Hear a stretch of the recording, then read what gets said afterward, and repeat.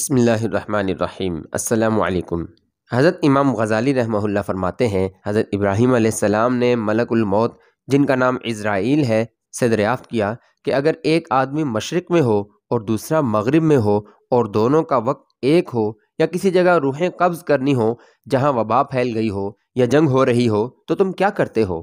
انہوں نے کہا کہ اللہ کے حکم سے روحوں کو بلا لیتا ہوں اور وہ میری انگلیوں کے درمیان سما جاتی ہیں تو میں انہیں قبض کر لیتا ہوں۔ ایک روایت میں یہ بھی ہے کہ پوری زمین ملک الموت کے لیے ایک پلیٹ کی طرح ہے، وہ اللہ کے حکم سے جسے چاہتا ہے اس میں سے لے لیتا ہے۔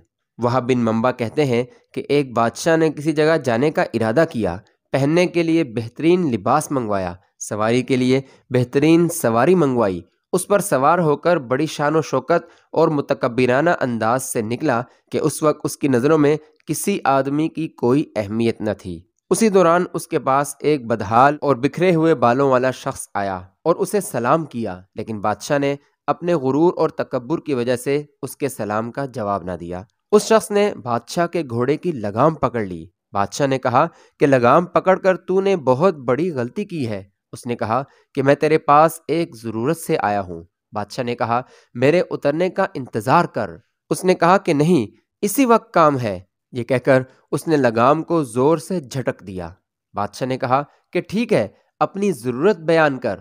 اس شخص نے کہا کہ ایک راز کی بات ہے، میں آپ کے کان میں کہنا چاہتا ہوں۔ بادشاہ نے اپنا چہرہ اس کے قریب کر دیا۔ اس نے کان میں سرگوشی کی کہ میں ملک الموت ہوں۔ یہ سن کر بادشاہ کا رنگ متغیر ہو گیا اور زبان لڑکھڑانے لگی۔ وہ کہنے لگا مجھے اتنی مہلت دے کہ میں گھر واپس جاؤں اور اپنی بعض ضروریات کو پورا کر لوں اور اپنے اہل و عیال کو الوداع کہہ دوں۔ ملک الموت نے کہا کہ اب اس کی اجازت نہیں، اب کبھی تو اپنے گھر والوں اور مال و متاع کو نہیں دیکھ سکے گا۔ یہ کہہ کر ملک الموت نے اس کی روح قبض کر لی اور وہ سواری سے بے جان لکڑی کی طرح زمین پر گر پڑا۔